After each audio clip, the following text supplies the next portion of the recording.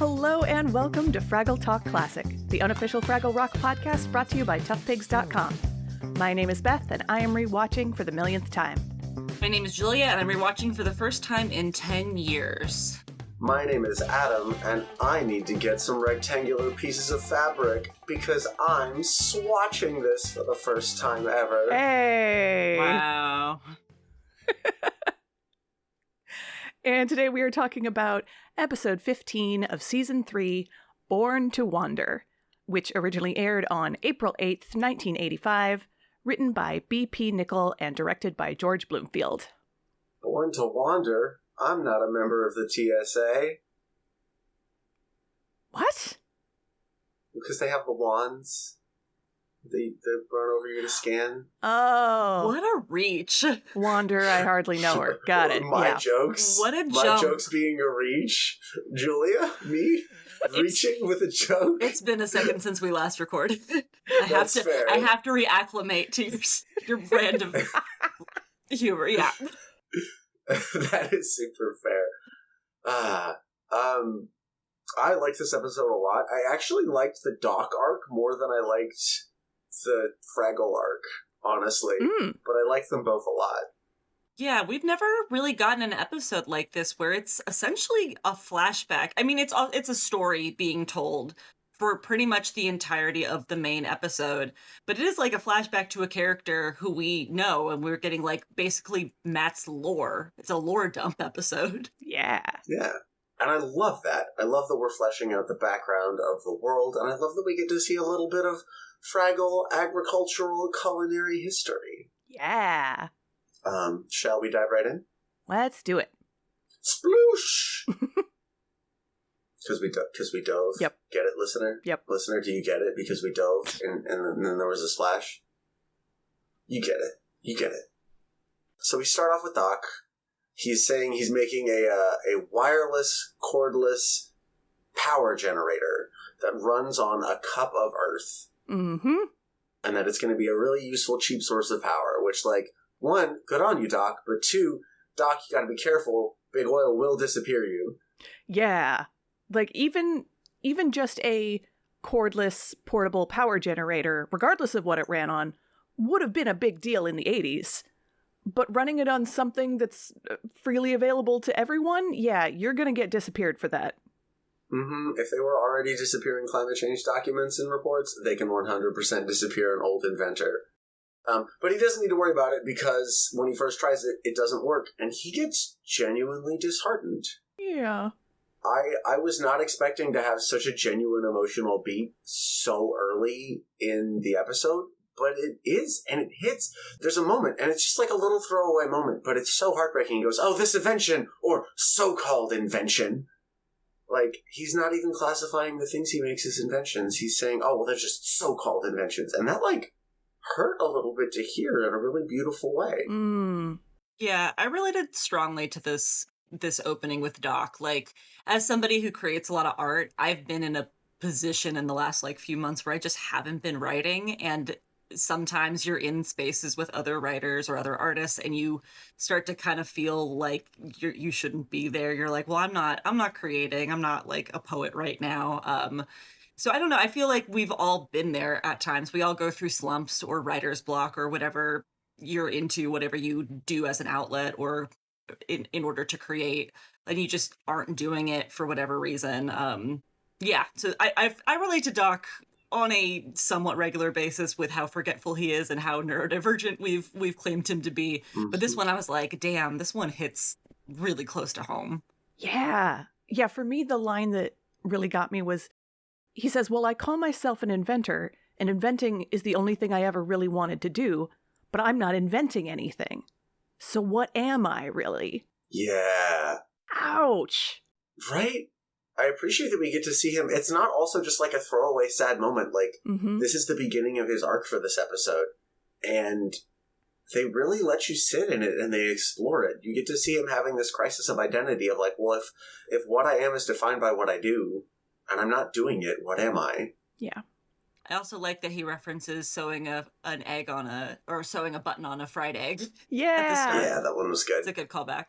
Yeah. So yeah, we pan down to the Fraggles, And Gobo, in yet another new hat, says it's his time to choose the story from the storyteller. Always great to see her back. Storyteller played by Terry Angus. And Gobo wants a story about his Uncle Matt. We also learn in this segment that Gobo is named after Matt's Uncle Gobo. Yeah. Yeah. Which, lore. More lore. Family lore. But, so, there's a few really amazing moments in here that I really want to highlight. One, storyteller, when they ask her for a storyteller about Matt, she goes, hee hee hee, the stories I could tell. Mm-hmm. Which is insinuative. Well, also when she starts talking about him and she says his gorgeously graceful body, and we get this image of him from like her mind, and he's shirtless and there's And wind buff. rippling in his mustache. Like, Yes. it's weirdly sexual for Fraggle Rock. Yep.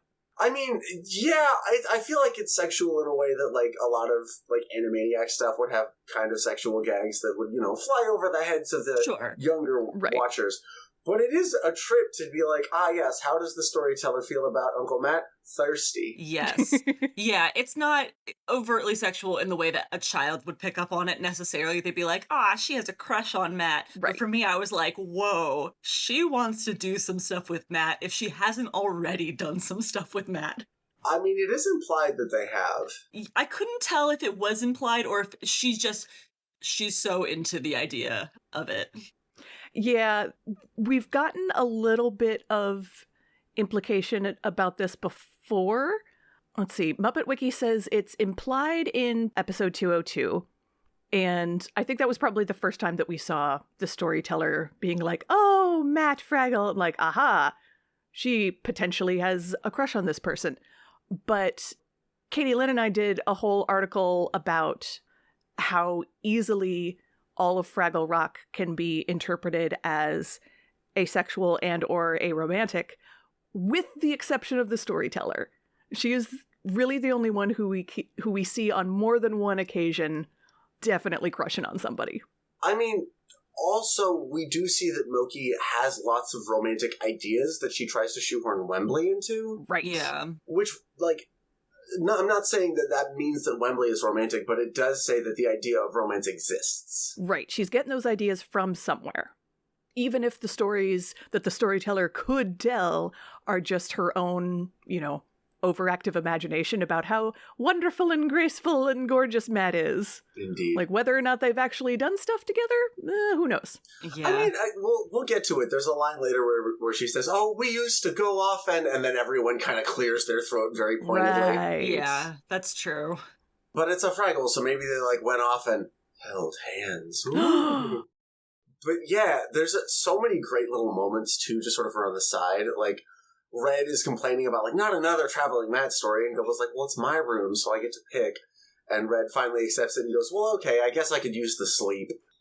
And then that's what she's doing. She's like dozing. She like kind of like Mhm. lifts her head and says a thing or two, but then like we just see her like lying down and breathing. And that little bit about her lifting her head and saying a thing or two is my other favorite bit, because Gobo says, tell us about his first big trip. And Red goes, and stumble and fall. And then Gobo kind of pauses a little annoyed and says, tell us about his first big journey. And Red, without verbalizing it, does just a little vocal face and then lays back down. Like, no sound, just a little face that you would make when you're, like, quietly making fun of the way somebody was pedantic to stop your bit to yourself, and then just lays back down. Mm-hmm. But yeah, then we go into a very long flashback of a very young Uncle Matt and his Uncle Gobo, which apparently is the regular Gobo puppet I don't want to say reskinned. Re-facial haired, because I could tell they added a mustache and a different outfit. Yeah. I did not clock that at all, and I think it's genuinely because the body language of the puppet was very different. Yes. Yeah, I could tell that the body was there, but then, yeah, they gave him very similar facial hair to Matt, except, like, somewhat fluffier, and then it's also got tinges of purple to it. Like, Gobo's hair is purple, so that was, like, we don't really know exactly, like, if there is actual relations between Gobo and Matt, if it's, like, more of an adoptive uncle and nephew situation, but, like, that seems to imply that there is maybe a lineage. We don't Right. know that about Fraggle families and whatnot. But yeah, I thought that was cool. A cool touch that, and it's also Jerry performing Uncle Gobo. Yeah. Same puppeteer, completely different character. Yeah, his voice is really different. I did think that Dave doing a young Matt did sound a lot like Boober. I heard a lot of Boober in this performance. It does, kind of. Mm-hmm. I heard a lot of Rugby Tiger. Yeah, they're kind of existing in the same realm together. Mm-hmm. Yeah. I also really liked this one detail that Matt's tail is always wagging. Yeah, I have that too. It's so good. I was just like, he's like a happy dog. He's portrayed as kind of being a little oblivious. And what is that but a dog? He's just like, I'm so happy to be here. I want to help. I want to follow. And I was like, he's a puppy. Yup. It is really wonderful how incredibly clear the dynamic is just right off the bat, with Uncle Gobo being just incredibly disheartening and discouraging, and Matt taking it all wildly in stride. Yeah. There's a dialogue bit that I want to highlight here. Uncle Gobo says, "Give it up, boy," because Matt has just fallen down after practicing his rock climbing, and Matt says, "Why? Is there something wrong with my technique?" And Gobo says, "Yes, you," which is devastating. Yeah. But then Matt just says, "Good, I can work on that." And it's like, oh God, okay. Yeah. And it's almost an entire episode of that dynamic. And it can be hard to watch for that reason. Like, wow, Uncle Gobo really stinks at this. Just kind of stinks as a person. Yeah, we talked about, the headcanon that all Fraggles could be adopted, and that in that case, if you become an uncle, it's because you wanted to be an uncle. And this guy does not want to never be an uncle. wanted to be an uncle. No. But yeah, it is interesting because that dynamic reminds me really strongly of an episode of Adventure Time. Ooh, which one? It's one of my favorite ones. I believe it's season 6. It's the flashback one where you find out how the Ice King's crown was created. Mm. And it's brutal. It's a very similar dynamic of like genuine. I mean, I think it takes it one step farther, honestly, where you have genuinely abusive mentor and like mentee who looks up to them and thinks the world of them. And Adventure Time takes it one step further, and I think more of the point is to explore that dynamic as opposed to give an origin of a character, although it does give the origin of the crown in a really beautifully devastating way. But yeah, it is interesting seeing, one, so many parallels between these shows that I appreciate and respect, but two, also, that's not a dynamic that gets explored a lot. Yeah. And it's kind of an important one because it does happen. Yeah, I wouldn't even say like reluctant mentor trope, but like Uncle Gobo is actively denying that role. Of like, no, I'm not your mentor at all. Go away. Stop doing this. Yeah. I spent a lot of time thinking about when we have gotten to see present day Gobo and Matt's relationship, especially in the Welcome Home Uncle Matt episode, where in that one, it's clear that Matt does care for Gobo, but there is like also the tension there, but it's almost more that like Matt just doesn't think that Gobo's ready to be an explorer, and he's kind of holding him at arm's length, and he's like, oh, but you're not as good as me. But then this one, it's just that this guy is like, you're not an explorer, and like is just putting him down constantly. And Matt does put Gobo down a bit in that episode, and so there is a little bit of like, oh, you learn from like how you're raised and the relationships you have as a kid that can like really impact you. Yeah. And so I did like try to unpack a bit of like, well, maybe this is why Matt acted that way in Welcome Home Uncle Matt, because this is how he was treated by his uncle. And so he is in ways a better uncle than his uncle was, but still failing in many ways. Exactly. Yeah, it is a trip to be like, oh yeah, you clearly have like done a little bit better. You are not being as bad. Got some more work to do though, bud. You're probably not going to do it. Right. Yeah, that's sometimes a cop-out with like parents or older relatives where they're like, well, I treat you so much better than I was treated when I was younger. And it's like, that's great, but also there is still ways to be better and to improve a relationship. So yeah, this episode is really interesting. Yeah. Yeah.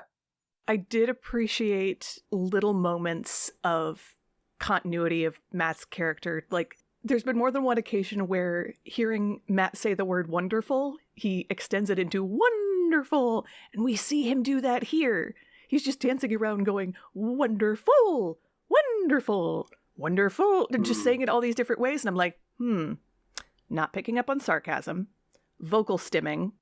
Oh, jeez. And then later, when he's like, Uncle Gobo is banging his head against the rock going, why do I even try? And Matt comes in like, brilliant, and starts mimicking him, bonking his head on the wall. Why do I even try? I was like, oh, this child is not neurotypical. Not even a little bit. No. Which does make it a little harder to watch. But then we get Marley Fraggle comes in, who I do not believe we've seen before. I don't think so either. We also meet Wimple and Dimple. Yes. Marley has lost the special storyteller's pen that the storyteller lent to her. But we get to see a little bit of the dynamic of what's going wrong, because you get to see Wimple and Dimple talking about, like, oh, well, this is the last mushroom. I'm saving it. Oh, yeah. And I can't remember which one's which, but they're like, this is the last mushroom. I'm saving it. Well, you can just eat doozer sticks. No, I like mushrooms. I'm waiting for the mushroom gatherers to come back. Mm-hmm. So we know mushroom gathering is not just a job. It's a job multiple people have. Yeah, and this is the first time we've heard about any sort of mushroom gathering. Mm-hmm. And we've definitely heard of Fraggles eating things other than radishes and things made with radishes. Yeah, but I don't think we've heard about, specifically fungi before. I mean, I don't think there's been mushroom in the season for them to put something in like that. So. Oh, boy. Oh, man. Hey, you miss me? You're right that there are gatherers, plural, whereas in present-day Fraggle Rock, Moki is like the sole radish gatherer. So right. I don't know if the implication is obviously it has become harder and harder to find mushrooms, and so maybe there's more of them in search of them because otherwise they're gonna starve and die out. Yeah. Maybe. Because it doesn't seem like they have any other food sources besides doozer sticks. I mean, yeah, I do believe that was sort of the implication also, is that, like, not just finding a new food source, but, like, food that is all in one place and plentiful makes it so much easier to get. Mm-hmm. Yeah. They specifically say, there are no more mushrooms. Everyone will starve. Like, oh, okay. This is the first, hint that we've gotten that mushrooms used to be the bulk of a Fraggle diet. Mm-hmm. They actually also, when it turns out that there's not going to be enough mushrooms, and this is skipping ahead just a little bit, but, like, they say they're going to have to ration the doozer towers. Yeah. Mm-hmm. And I was trying to think about it, and I don't think I've ever seen a kids show talk about rationing, unless it's, like, people who are stranded or marooned on, like, a desert island or a boat in the middle of the ocean. Yeah, that's important. We do get the confirmation, they go back to real time, and, Red says, how come they didn't just eat radishes? And the storyteller confirms, this is a long time ago, back before we even knew what a radish was. In those days, Fraggles used to live on doozer sticks and mushrooms. So we know that they're getting the byproduct of radishes in the form of doozer sticks, but they don't yet know where doozer sticks come from, because they've never seen a radish before. And yeah, the implication of rationing is, not something we see a lot unless it's very clearly like, oh, someone... Like you said, desert island, someone removed from society for a long time. Like, no, this is a whole society doing the rationing. So Uncle Gobo is the one going off to look for a new source of mushrooms.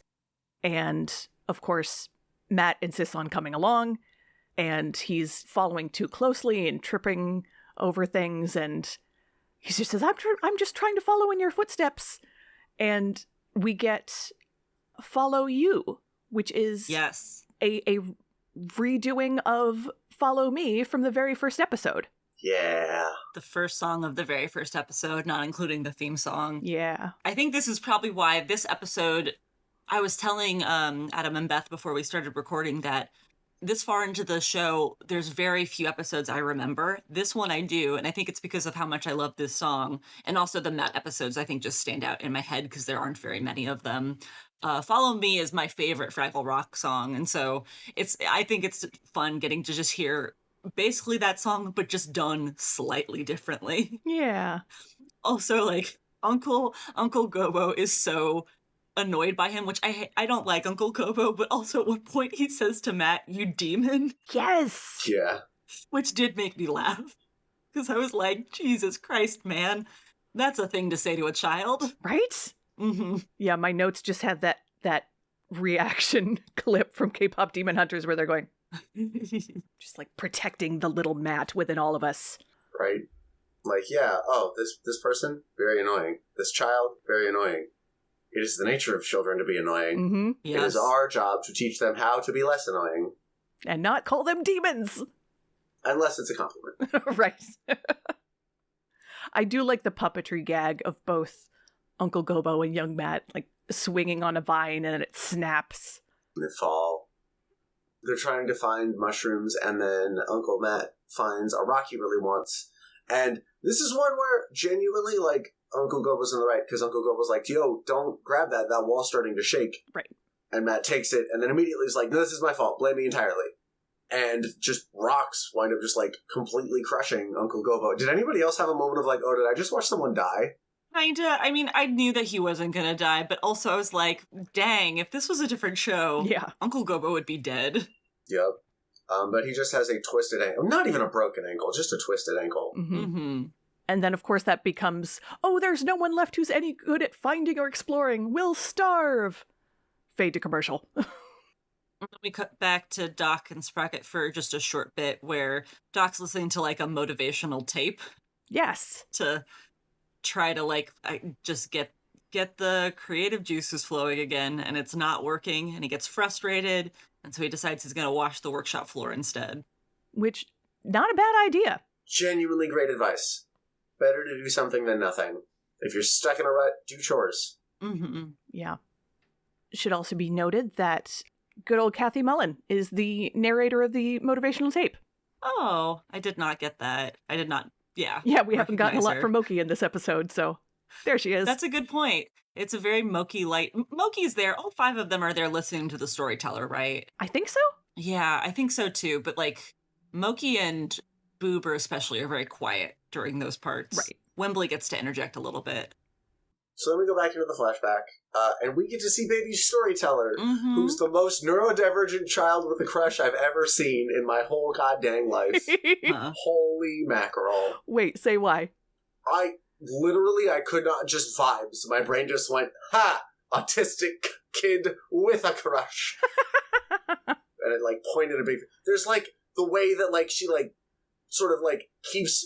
she'll reach out and just sort of touch his arm, just sort of, like, a big movement with her arm to just sort of be touching his arm while she's talking to him. Mm-hmm. Beyond that, it's just vibes. It's just, like... I don't know. My autism meter hasn't had enough practice at this point that it doesn't always give me a specific detail. It's just like, ah! I'll take it. I like that headcanon.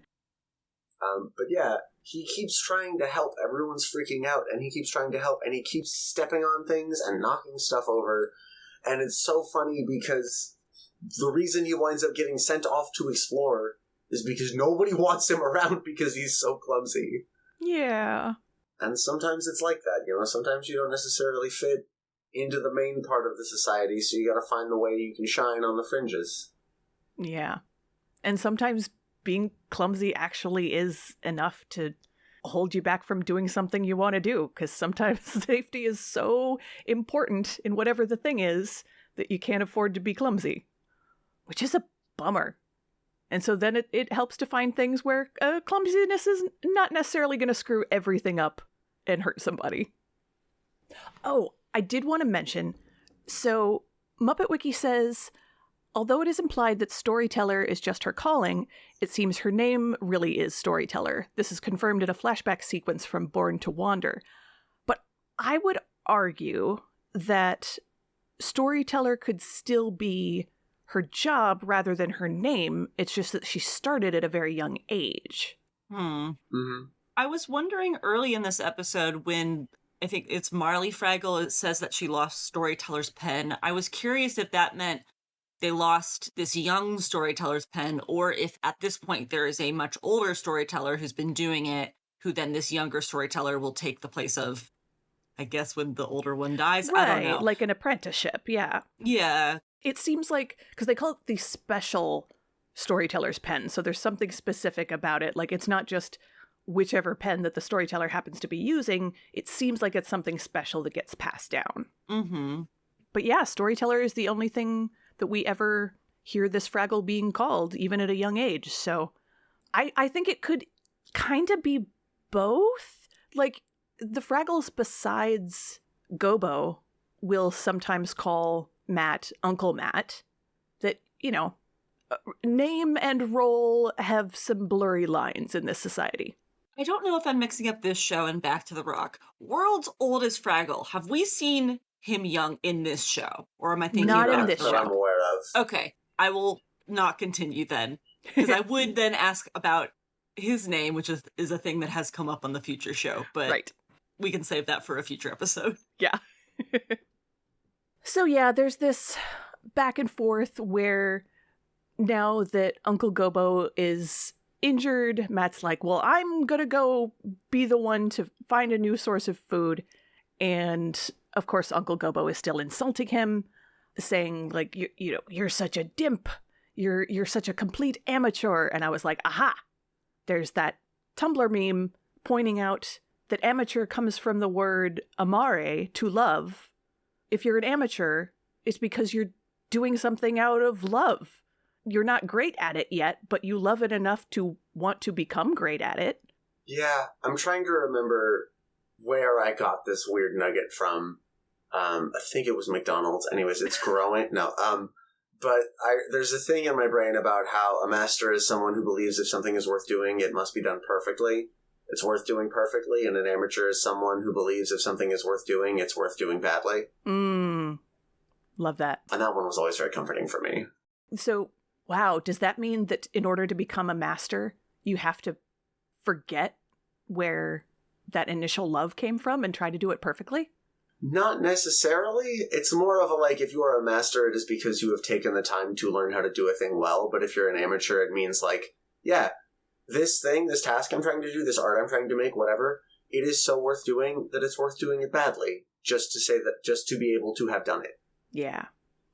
And I love how unafraid young Matt is to do it poorly. Yeah. Like, no matter how many insults get thrown at him, he's just gonna keep going. And that's hard. So many people would have absolutely given up a long time ago if they were in the same position. Mm-hmm. Is dimp a real word? It is. It is. I tried looking it up and I couldn't find anything on it. It's an old word. Let me look Okay. it up on etymology.com, because now I'm curious. I full on just assumed that it wasn't anything. Yeah, I was trying to think if maybe we'd heard it on Fraggle Rock before. Right? It feels like something that Pa would have called Junior or something like that.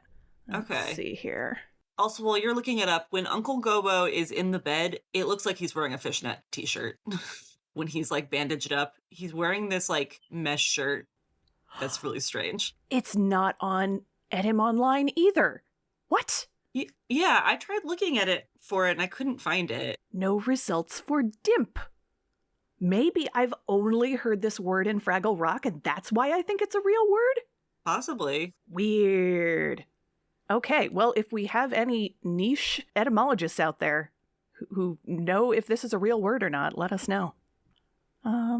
And then we get another little reprise of Follow Me, and this time it's I Will Follow Me. Mm-hmm. And I That's like really that. sweet. That's very sweet. Yeah. And so he explores and winds up knocking a bunch of rocks down and knocking rocks onto himself, but then he sees light. Well, 1 second. When he accidentally causes, a brief collapse of rock, he says, sorry, my fault. Don't bother to apologize. There's no one there. It's just him. Mm-hmm. Because Oh, he's yeah. so programmed by now to automatically apologize, which is heartbreaking, but apparently he gets over that because we don't see Matt apologize to anyone or anything later in life. Mm-hmm. No, in fact, he goes out of his way later in life to not apologize to anybody. Mm-hmm. Maybe goes a little bit too far in the opposite direction, which I don't think is uncommon for people who are treated like this way as a child. Yeah. But yeah, he discovers the Gorg's garden. Huge lore drop. Yeah. Huge lore drop. I really thought that maybe we were going to see a baby Junior Gorg in this sequence. I was hoping. That would have been great. But we do get to see a younger Pogorg, who Matt mistakes for a giant furry fruit pile. Fruit plant?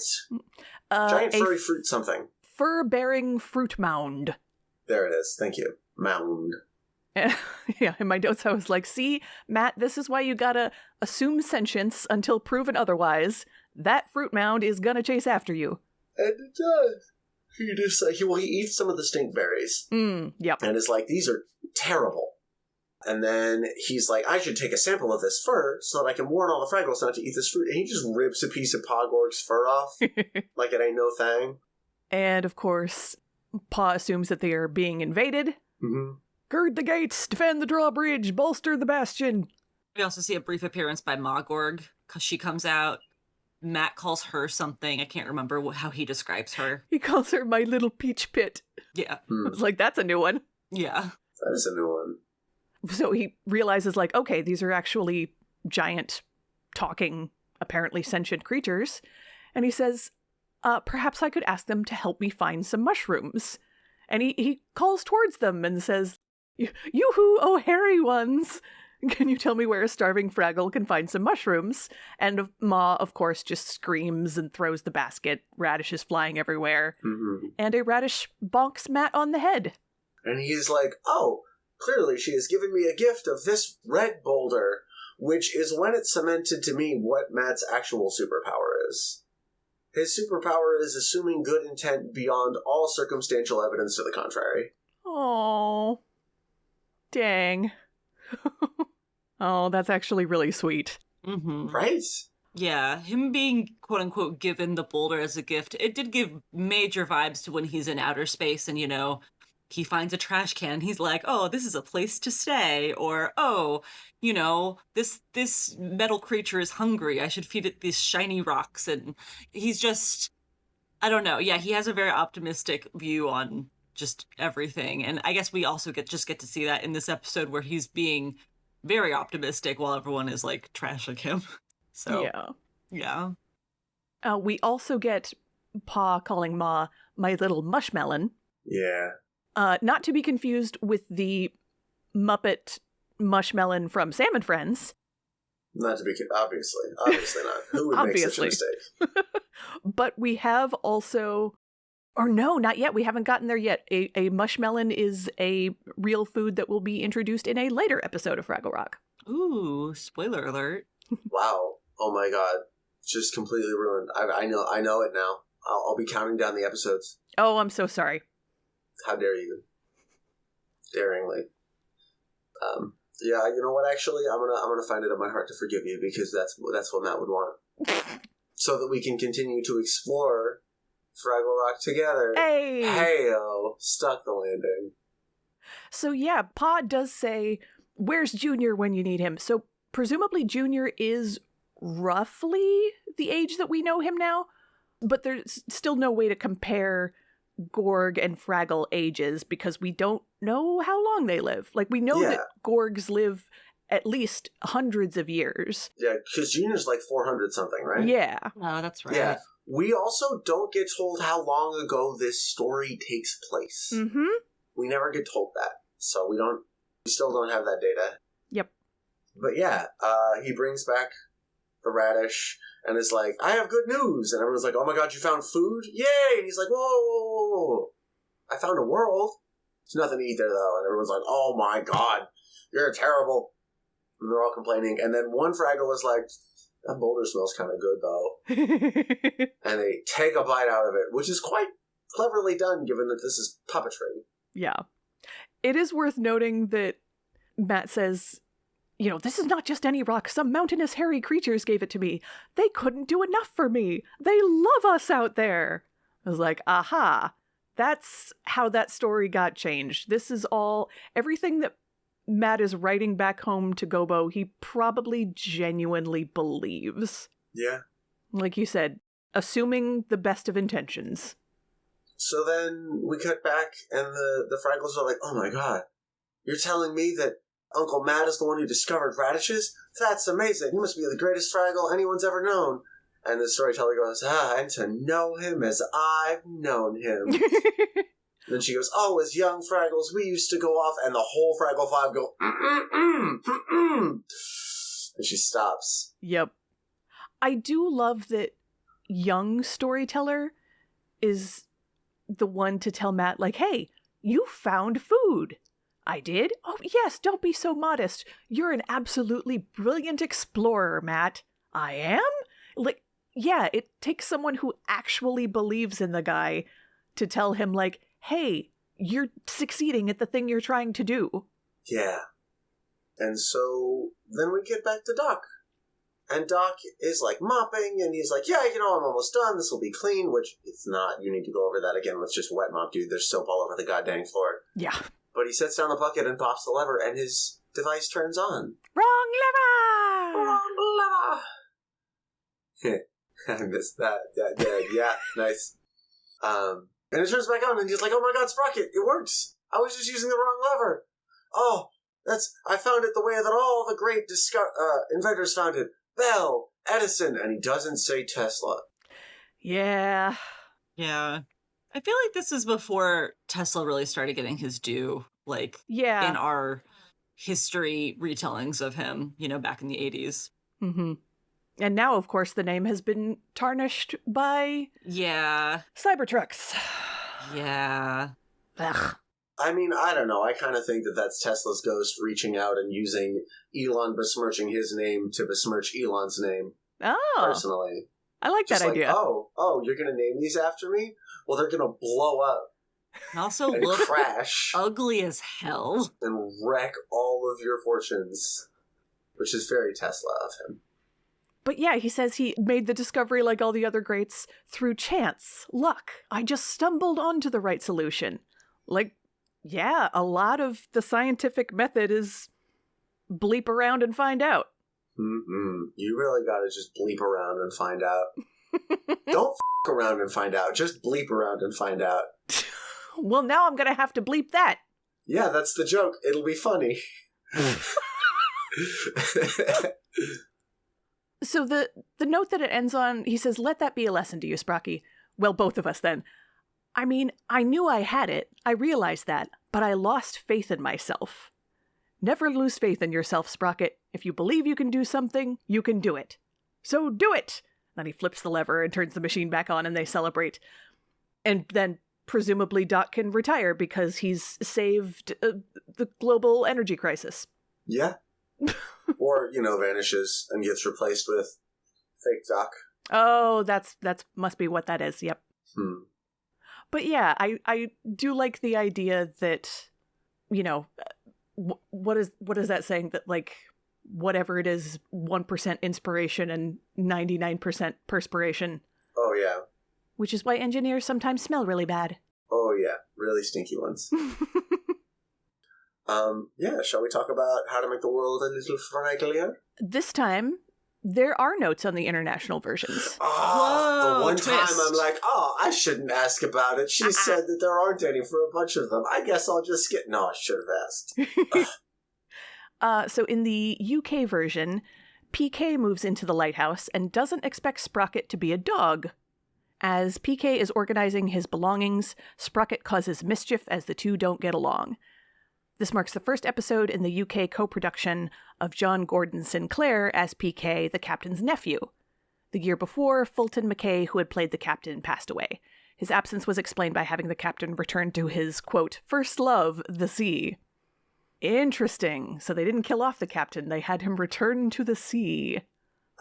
That's just going to a farm upstate, but for sailors. Yeah. Uh-huh. And I swear we've heard of PK before, so these episodes must have aired in a different order in the UK, which is not surprising. But yeah, that's all in the international versions. Sweet, thank you. For my way to make the world a little fragglier, if you're stuck on something, you're really just stuck in brain mode, go clean something. Go do a chore. Hmm. Mine is be nicer to kids. Yeah. Don't call them demons unless they're like dressed like a demon for Halloween. Then you can be like, what an awesome demon. K-pop demon hunters, that. Yep.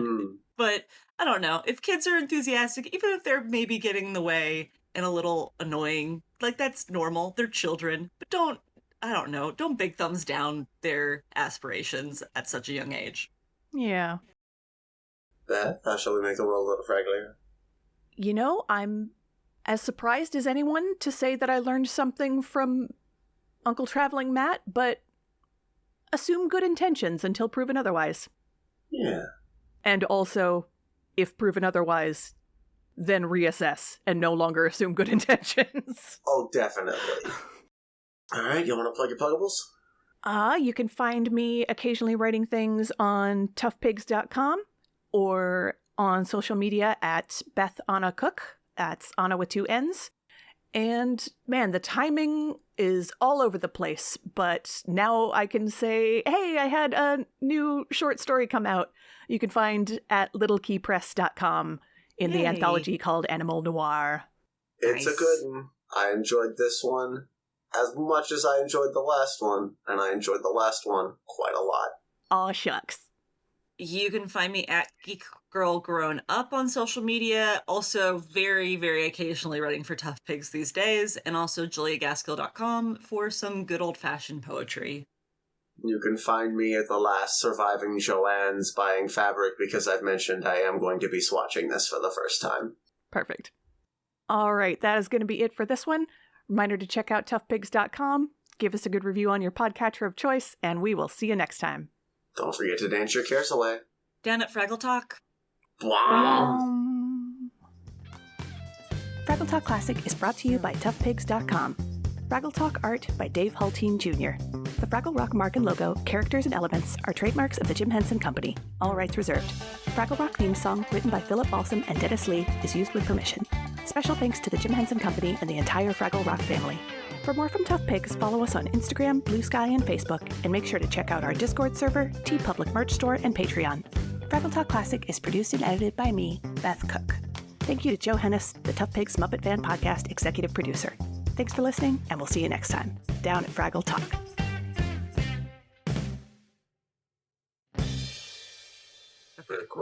Recording. Sweet. All right.